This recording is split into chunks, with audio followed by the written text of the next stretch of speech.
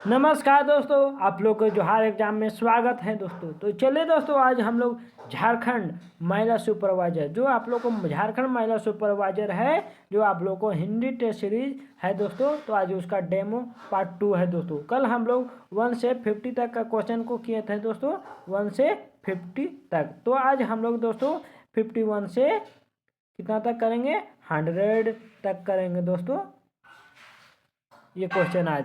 तो देखिए दोस्तों, आप लोग को पेपर 2 में अच्छे तरीके से तैयारी चल रहा होगा दोस्तों। आई होप आप लोग को ठीक ही चल रहा होगा दोस्तों, क्योंकि आप लोग का एग्ज़ाम जुलाई के अंत में होने वाला है दोस्तों। इसीलिए अभी टाइम है। हिंदी पेपर को भी आप मजबूती से तैयारी कीजिए दोस्तों, और आप 100 में आप इसमें 90 स्कोर लाइए दोस्तों। तो देखिए, आप लोग लेडी सुपरवाइजर में सिलेक्शन लेने में कोई नहीं रोक सकता है, समझे दोस्तों। और टेस्ट सीरीज पूरा लगाइए दोस्तों, और देखिए कि हिंदी पेपर 2 में आपका 100 में 90 से ऊपर आ रहा है कि नहीं, समझे। तो आप 100 से 90 ऊपर पेपर 2 में ला रहे हैं तो सोचिए कि आप सेफ स्कोर में हैं, सेफ स्कोर में हैं आप। सिलेक्शन की ओर है दोस्तों, आप सिलेक्शन के बाहर की ओर नहीं है। तो इसलिए आप लोग पेपर 2 में अच्छे से तैयारी कीजिए दोस्तों। तो चलिए दोस्तों, हम लोग क्वेश्चन की ओर बढ़ते हैं। 51 से 100 तक। तो आप लोग देखिए दोस्तों, 51 से 100 तक की क्वेश्चन को देखिए दोस्तों, प्रैक्टिस कीजिए और देखिए कि आप लोग 50 क्वेश्चन में कितना आप सही कर पा रहे हैं दोस्तों। आप कमेंट बॉक्स में ज़रूर बताइएगा।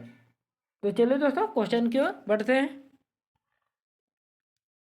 देखिए दोस्तों, 51 का क्वेश्चन क्या है, समस्या पूर्ति किस युग की विशेषता है। तो समस्या के पूर्ति किस युग की विशेषता है दोस्तों, ये छायावाद युग, प्रतिवादी युग, त्रिवेदी युग या भारतेंदु युग। तो किस युग का है दोस्तों ये समस्या पूर्ति, किस युग की विशेषता है दोस्तों। तो ये है आपका भारतेंदु युग की है दोस्तों। किस युग की, भारतेंदु युग की। नेक्स्ट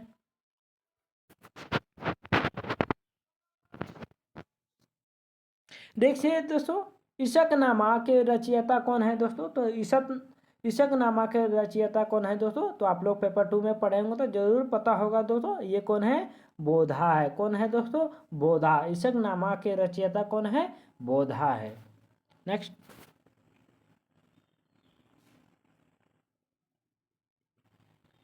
देखिए, ध्रुव चरित्र के रचयिता हैं। तो ध्रुव चरित्र के रचयिता नरोत्तम दास, भिखारी दास, स्वामी हरिदास या रस खान। तो कौन है दोस्तों ध्रुव चरित्र के रचयिता। तो ये है आपका नरोत्तम दास है। आगे देखिए, देखिए क्या इनमें से जायसी की रचना नहीं है। इस चारों में से कौन सा एक जायसी की रचना नहीं है दोस्तों। तो देखिए दोस्तों, कौन सा नहीं है, इंद्रावती। इंद्रावती ये जायसी की रचना है दोस्तों। किसकी है, सॉरी दोस्तों, ये जायसी की रचना नहीं है। देखिए, तो इसका राइट आंसर क्या हो जाएगा, इंद्रावती। जबकि आखिरी कलाम और अखरावट और पद्मावत ये सब किसकी रचना है दोस्तों। तो जायसी की रचना है दोस्तों। तो क्वेश्चन के मुताबिक कौन सा इसका आंसर होगा दोस्तों, कौन सा रचना इनका जायसी जी का नहीं है। तो कौन सा नहीं है, इंद्रावती। कौन सा नहीं है, इंद्रावती।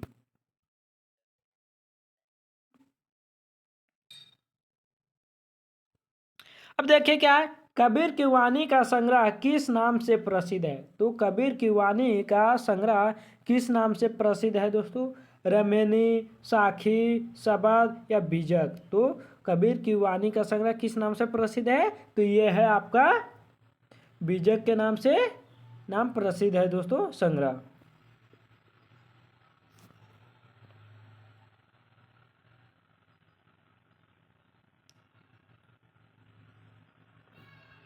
देखिए क्या, पैरों में पंख बांधकर यात्रा वृत्तांत के लेखक कौन है। पैरों में बांधकर इसका लेखक कौन है दोस्तों। तो पैरों में पंख बांधकर इसका लेखक कौन है। तो इसमें चारों में से देखिए कौन है, भागवत शरण उपाध्याय है एक, रंगे राघव है, रमेश बेनीपुरी है, राहुल सत्यानी है। तो कौन है दोस्तों, पैरों में पंख बांधकर। तो इसका लेखक कौन है दोस्तों, रमेश बेनीपुरी है। कौन है, रमेश बेनीपुरी। आगे देखिए, देखिए क्या है, हिंदी का पहला रेडियो नाटक माना जाता है। तो इस चारों में से देखिए हिंदी का पहला रेडियो नाटक किसे माना जाता है दोस्तों? तो रामकृष्ण को, राधा कृष्ण को, युग संधि को, सीमा रेखा को। तो किसको माना जाता है दोस्तों? तो इसका राइट आंसर क्या हो जाएगा? तो हो जाएगा आपका राधा राम कृष्ण हो जाएगा। क्या हो जाएगा? राधा कृष्ण है दोस्तों, वो क्या हो जाएगा? राम कृष्ण हो जाएगा। अब आगे देखिए क्या नई समीक्षा, नई संदर्भ किसकी आलोचना कृति है? तो ये कृति किसकी है दोस्तों?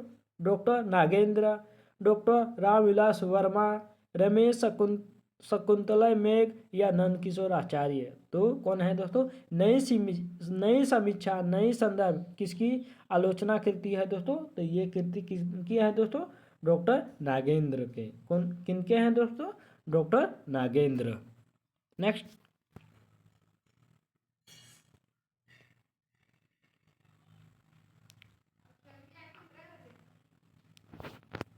कैदी की पत्नी कृति के लेखक कौन है दोस्तों? कैदी की पत्नी की के लेखक कौन है दोस्तों? कैदी की पत्नी कृति के लेखक तो धर्मवीर भारती, भारतेंदु हरिश्चंद्र, रामवृक्ष वेणीपुरी या जनेन्द्र कुमार। तो कौन है दोस्तों? कैदी की पत्नी कृति के लेखक। तो ये कौन है? तो ये है रामवृक्ष वेणीपुरी है। कौन है? रामवृक्ष वेणीपुरी।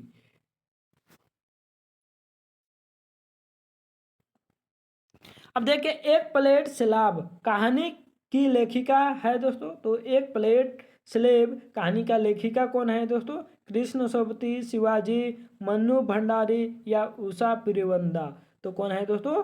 एक प्लेट स्लेब कहानी का लेखिका कौन है? तो ये है आपका मन्नू भंडारी है। कौन है? मन्नू भंडारी।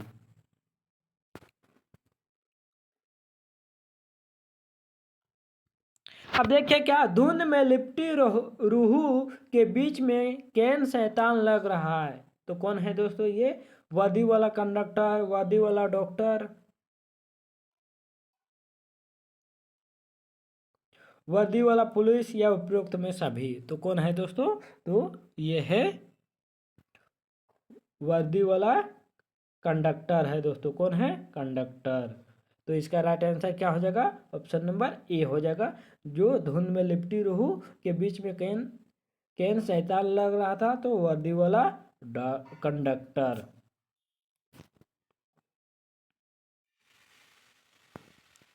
देखिए गजाधर बाबू के लिए क्या मधुर संगीत की तरह था?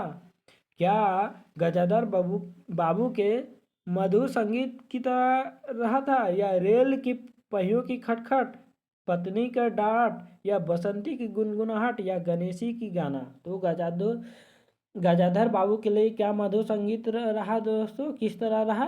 तो ये रहा आपका रेल की पटरियों की खटखट की तरह। नेक्स्ट,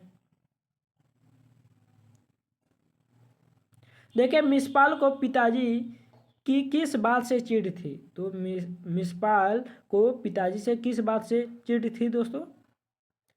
पढ़ाने से, पढ़ने से, संगीत सीखने से, या इनमें से कोई नहीं? या नहीं दोस्तों, इसमें इनमें से सभी। देखिए इस चारों में से कौन होगा दोस्तों? मिसपाल को पिताजी किस बात से चिढ़ थी?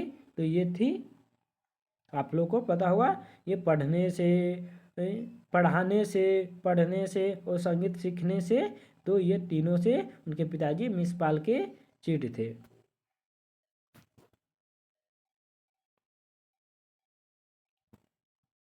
अब देखिए अपनी केवल धार काव्य संकलन के रचनाकार है। तो कौन है दोस्तों? इस अपनी केवल धार इस काव्य का संकलन रचनाकार कौन है दोस्तों? सर्वे श्याल दयाल सक्सेना, अरुण कमल, केदारनाथ सिंह या केदारनाथ अग्रवाल। तो कौन है दोस्तों? तो कौन है ये? तो ये है अरुण कमल है। कौन है? अरुण कमल। अब देखिए एक दिन बोलेंगे पेड़ काव्य संग्रह के रचनाकार हैं। तो इस एक दिन बोलेंगे पेड़ काव्य संग्रह के रचनाकार कौन है दोस्तों? तो इसका रचनाकार कौन है? तो राजेश जोशी है। कौन है? राजेश जोशी है। अब आगे देखिए दोस्तों,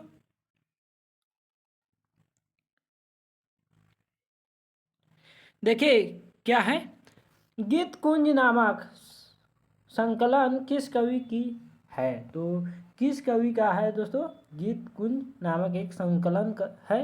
ये किनका है दोस्तों? तो ये प्रसाद प्रसाद जी का, महादेवी निराला या पंत जी का? तो ये किनका है दोस्तों? तो ये किनका है? तो आप लोग को मालूम होगा दोस्तों, तो ये है निराला जी का है दोस्तों। किनका है? निराला जी।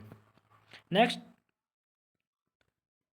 अब देखिए परिमल किसकी काव्य है? तो परिमल किसकी काव्य है दोस्तों? निराला, रसखान, पंत, माखनलाल चतुर्वेदी। तो परिमल किसकी काव्य रचना है दोस्तों? तो ये रचना किसकी है दोस्तों? तो निराला जी का है। ये परिमल जो एक काव्य संरचना है वो किनकी है दोस्तों? निराला जी का है। नेक्स्ट,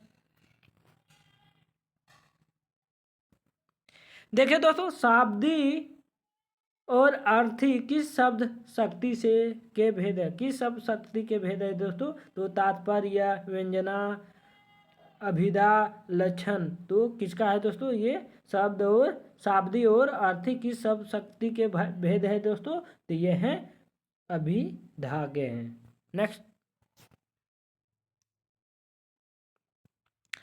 अब देखिए विखंडनवाद के प्रवर्तक है। तो कौन है दोस्तों? विखंडनवाद के प्रवर्तक देरिदा, कामो, इलियट या इनमें से कोई नहीं। तो कौन है दोस्तों विखंडनवाद के प्रवर्तक? तो कौन है ये?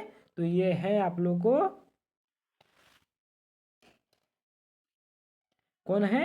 देरिदा है। कौन है दोस्तों? देरिदा। नेक्स्ट,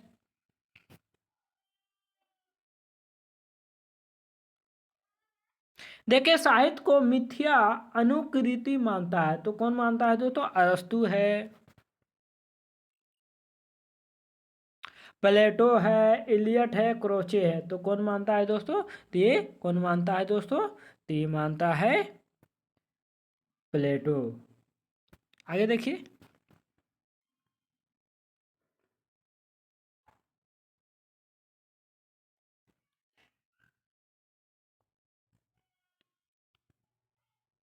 अब देखिए कार्यालय आदेश में अधिकारी का हस्ताक्षर में सिग्नेचर, प्रोनाउंसिएशन थोड़ा गड़बड़ हो रहा है दोस्तों, माफ़ कीजिएगा, इसके लिए कोई खेद होगा तो समझिए।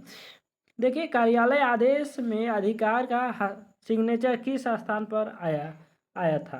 तो उत्तर दाहिने हाथ और ऊपर बाई और नहीं, ऊपर भाई और बाई और यहाँ बाई होगा दोस्तों, भाई लिखा गया है, क्या हो जाएगा यहाँ भाई। देखिए ऊपर दाहिनी ओर या ऊपर बाई ओर या नीचे दाहिनी ओर और नीचे बाई ओर। तो क्या हो जाएगा दोस्तों? कार्यालय आदेश में जो अधिकारी का सिग्नेचर किस स्थान पर आएगा दोस्तों? तो किस स्थान पर ये? तो ये आएगा आप लोगों को नीचे दाहिनी ओर। आगे देखिए,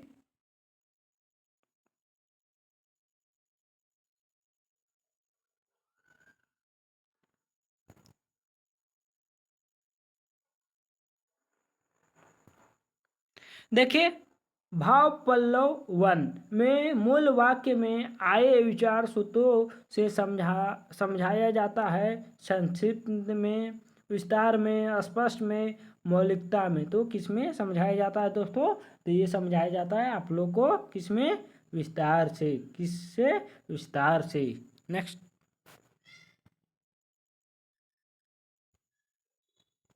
विद्यापति किस मत के अनुयायी थे? तो विद्यापति जी किस मत के अनुयायी थे दोस्तों? सूफी, शक, वैष्णव, शैव। तो विद्यापति किस मत के अनुयायी थे दोस्तों? तो ये थे आप लोग को वैष्णव, शैव नहीं, वैष्णव नहीं दोस्तों, शैव के मत के अनुयायी थे।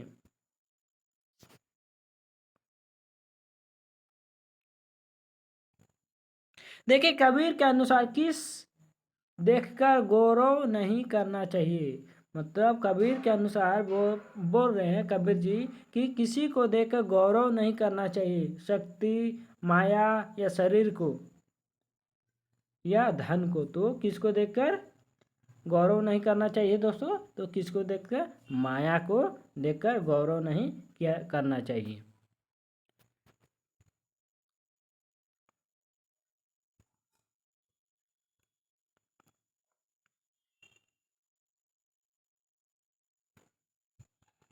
अब देखिए, उद्धव किसके पास रहकर भी उसके प्रेम में मोहित नहीं हुए? तो उद्धव जो थे किसके पास रहकर वो प्रेम में मोहित नहीं हुए थे?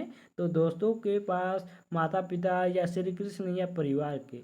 तो किसके पास मोहित नहीं हुए थे दोस्तों? तो ये मोहित नहीं हुए थे ये श्री कृष्ण।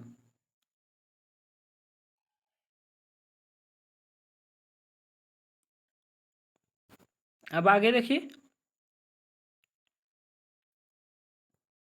क्या है। खालिक बारी किसकी रचना है? तो ये खालिक बारी किसकी रचना है दोस्तों? नेपाली, को कोकुड़ी, सिंधी या मणिपुरी। तो खालिक बारी किसकी रचना है दोस्तों? तो ये किसकी रचना है? कोकुड़ी क्या रचना है दोस्तों।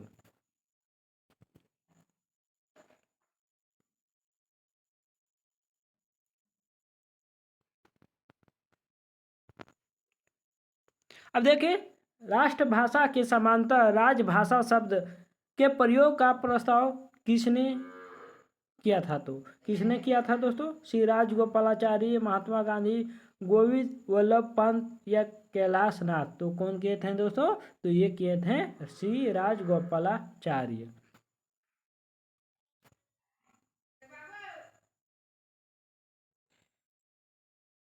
अब देखिए दोस्तों, देखिए क्वेश्चन में क्या है कि निम्नलिखित में नहीं, निम्न में कौन सा शब्द विदेशक शब्द है? तो इस चारों में से कौन सा एक विदेशक शब्द है दोस्तों? तो देखिए कौन सा? नाव है, तेंदुआ, जूता, रिक्शा। तो ये चारों में से कौन सा एक विदेशक शब्द है? तो कौन सा है दोस्त? तो ये आप लोगों को है, ये कौन सा है? रिक्शा। रिक्शा ये आप लोग को क्या है दोस्तों? तो ये विदेशज शब्द है दोस्तों। जो रिक्शा एक शब्द है विदेशज है। नाव, तेंदुआ, ये जूता ये देशज शब्द है दोस्तों। ये जबकि रिक्शा क्या है? विदेशज शब्द है। नेक्स्ट देखिए, यौगिक शब्द कौन सा है? इस चारों में से कौन सा एक यौगिक शब्द है? देखिए क्या है? पाठशाला है, जलज है, पंकज है, दिन है। तो इस चारों में से कौन सा एक यौगिक शब्द है दोस्तों? तो ये कौन सा है? आप लोगों को मालूम होगा। तो ये है पाठशाला, एक यौगिक शब्द है। नेक्स्ट देखें, देखिए निम्नलिखित में से अर्थ संकोच के कितने प्रकार होते हैं? तो अर्थ संकोच के कितने प्रकार होते हैं दोस्तों? 4 होते हैं, 9 होते हैं, 2 होते हैं, 8 होते हैं। तो कितने होते हैं अर्थ संकोच के प्रकार? तो होते हैं उनका, तो राइट आंसर इसका हो जाएगा 8 हो जाएगा। क्या है? अर्थ संकोच के कितने प्रकार होते हैं? तो 8 होते हैं।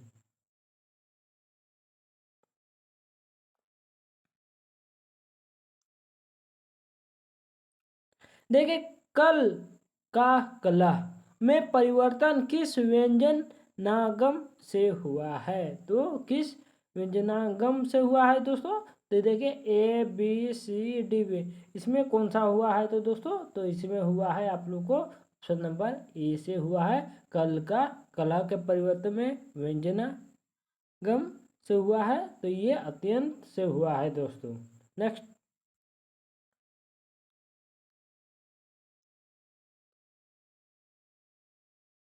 अब देखिए, वीर और अल्लाह किस जाति का छंद है? तो वीर और अल्लाह किस जाति का छंद है दोस्तों? मुक्त है, वर्णिक है, मैसरिक है या इनमें से कोई नहीं? तो वीर और अल्लाह किस जाति का छंद है दोस्तों? तो ये है मैसरिक के। नेक्स्ट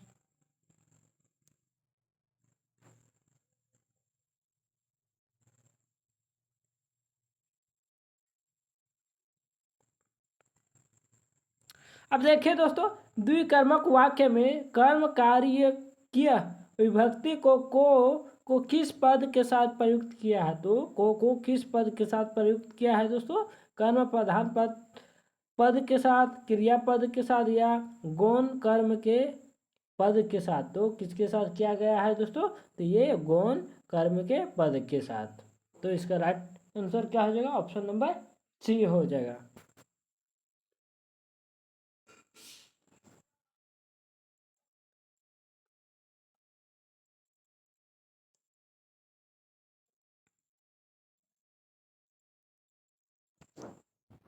अब देखिए, निम्न में से कौन संज्ञा शब्द है दोस्तों? यह चारों में से देखिए, तो यह क्या संज्ञा शब्द है? जीना क्या संज्ञा शब्द है? पहाड़ क्या संज्ञा शब्द है? पुराना क्या संज्ञा शब्द है? तो इस चारों में से कौन एक संज्ञा शब्द है? तो ये पहाड़ या संज्ञा शब्द है दोस्तों, जबकि यह, जीना ये सब संज्ञा शब्द नहीं है।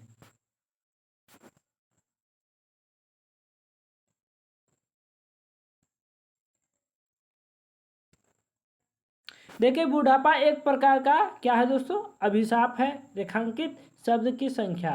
तो बुढ़ापा एक प्रकार का अभिशाप है। तो यह किस प्रकार का संज्ञा है दोस्तों? तो जातिवाचक, भाववाचक, व्यक्तिवाचक या समूहवाचक। तो किस प्रकार का बुढ़ापा एक प्रकार का अभिशाप है? तो कौन सा संज्ञा होगा दोस्तों? तो ये हो जाएगा आप लोग को भाववाचक है। क्या है? भाववाचक। बुढ़ापा में क्या आता है? एक भाव आ जाता है, इसलिए क्या है? भाववाचक संज्ञा है।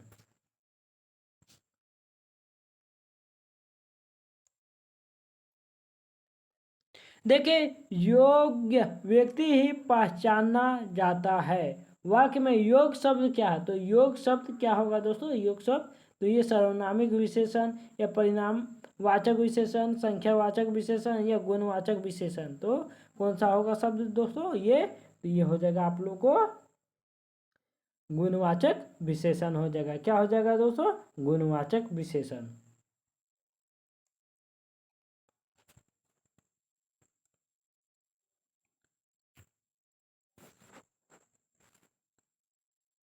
देखिए, निम्नलिखित में से परिणाम बोधन विशेषण है। इस चारों में से कौन सा एक परिणाम बोधन विशेषण है दोस्तों? तो देखिए, इसमें कौन कौन सा ऑप्शन है? भूखे लोग, सूखे पेड़, सुनी धरती, कम आमदनी। तो कौन है दोस्तों ये बोधन विशेषण? कौन सा है? तो कौन सा ही ये है? तो कम आमदनी, ये परिणाम बोधन विशेषण है दोस्तों।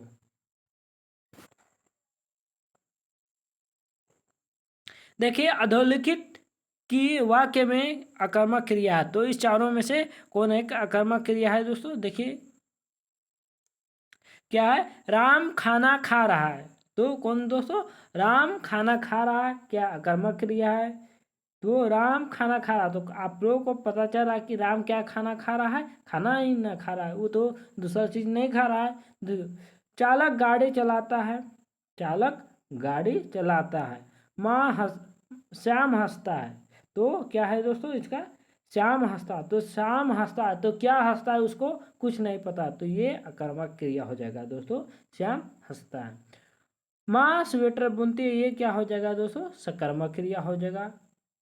तो इसका राइट आंसर क्या हो जाएगा दोस्तों? ऑप्शन नंबर सी हो जाएगा।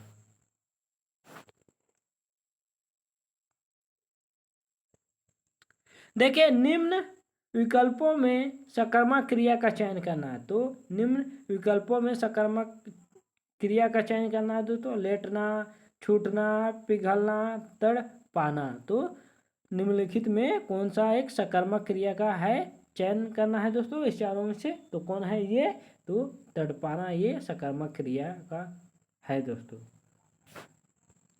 एग्जाम्पल है, सकर्मक क्रिया का क्या है? तड़पाना एक उदाहरण है। देखिए, अर्ध मागधी अपभ्रंश से विकसित हुआ। तो किसे? भोजपुरी, बंगालू, बघेली या ब्रज भाषा। तो अर्ध मागधी अपभ्रंश से विकसित हुआ है दोस्तों। किसे हुआ है? तो ये हुआ है आप लोग को बघेली से हुआ। किसे हुआ? बघेली से।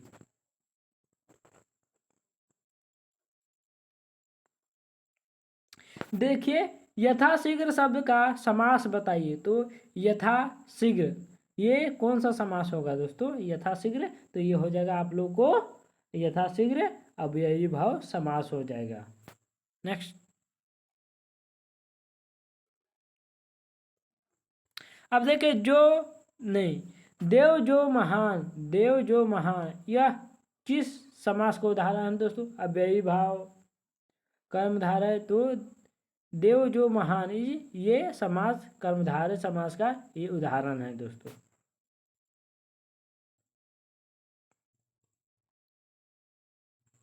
देखिए आगे कुआ पीछे खाई का अर्थ क्या है दोस्तों? तो आगे कुआ पीछे खाई का अर्थ इसका क्या है दोस्तों? तो इसका चारों तरफ दोनों दोनों ओर मुसीबत, मतलब दोनों ओर मुसीबत है दोस्तों। तो आगे कुआ पीछे खाई का अर्थ यही होता है, दोनों ओर मुसीबत।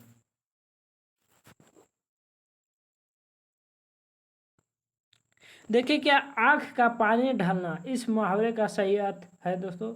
आंख का पानी ढलना इस मुहावरे का अर्थ क्या है? बहुत क्रोधित होना, निर्लज होना, बुढ़ापा आ जाना या मर जाना। तो क्या होगा दोस्तों? आंख का पानी ढलना इस मुहावरे का सही अर्थ क्या होगा? तो इसका सही अर्थ हो जाएगा आप लोग को निर्लज होना। क्या होगा? निर्लज होना। नेक्स्ट,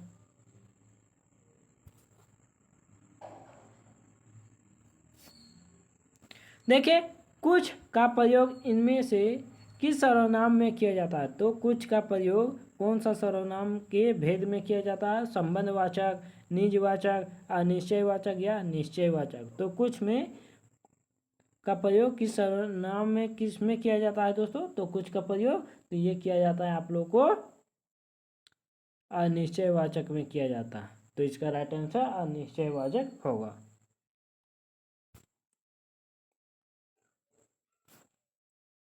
देखिए हिंदी में कुल कितने सर्वनाम है? तो हिंदी में कुल कितने सर्वनाम है दोस्तों? तो 9 है, 10 है, 11 है या इनमें से कोई नहीं। तो हिंदी में कुल कितने मुहावरे हैं दोस्तों? तो हिंदी में कुल मुहावरे हैं आप लोग को 11। कितने हैं? 11।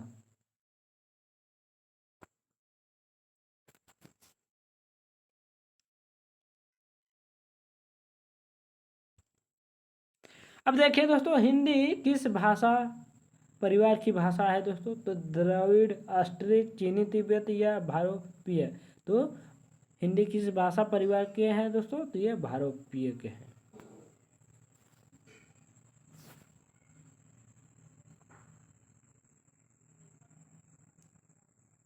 अब देखिए दोस्तों भारत में सबसे अधिक बोली जाने वाली भाषा कौन सी है? तो संस्कृत, तमिल, उर्दू या हिंदी। तो कौन सी है दोस्तों भारत में सबसे ज़्यादा बोली जाने वाली भाषा? तो कौन सा है? ये आप लोगों को हिंदी है। आगे देखिए,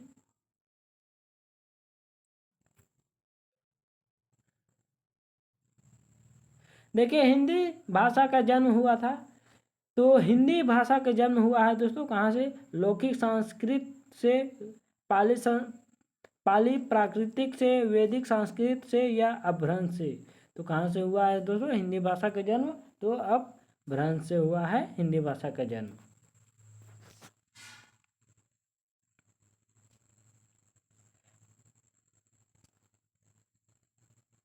देखिए निम्न में कौन सी बोली अथवा भाषा हिंदी के अंतर्गत नहीं आता है? तो कौन नहीं आता है दोस्तों? बंगरू, अवधी, तेलुगु, कन्नौजी। तो कौन नहीं आता है दोस्तों? तेलुगु नहीं आता है। तो चलिए दोस्तों आगे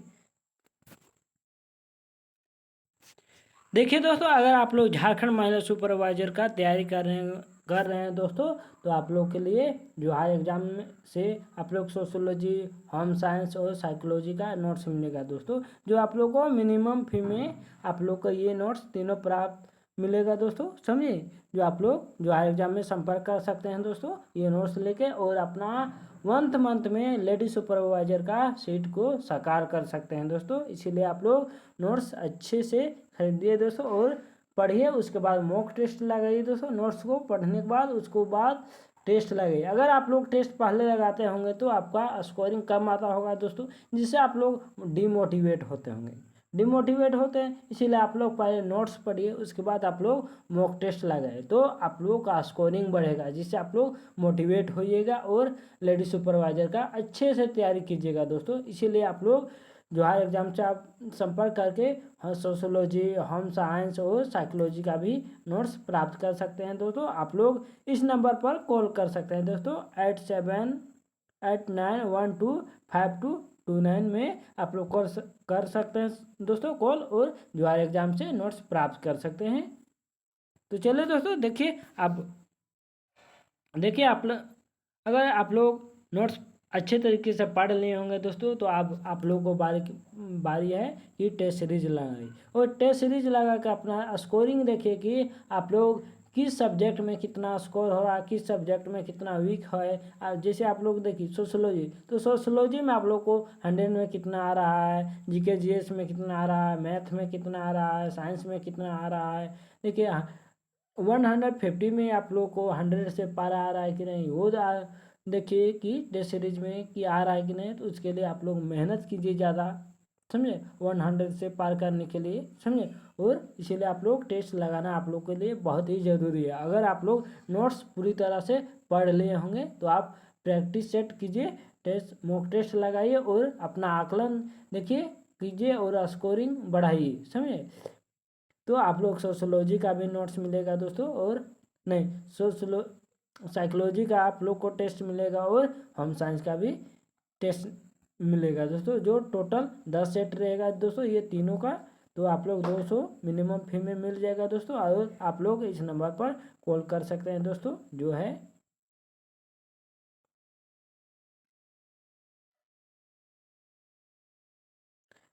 जो इस नंबर पर आप लोग कॉल कर सकते हैं, और जो हर एग्जाम से टेस्ट सीरीज प्राप्त कर सकते हैं दोस्तों, जो मिनिमम फी में है, जो 200 रुपये है। तो चलिए दोस्तों, आज के लिए यहीं तक समाप्त करते हैं, फिर मिलते हैं नेक्स्ट क्लास में।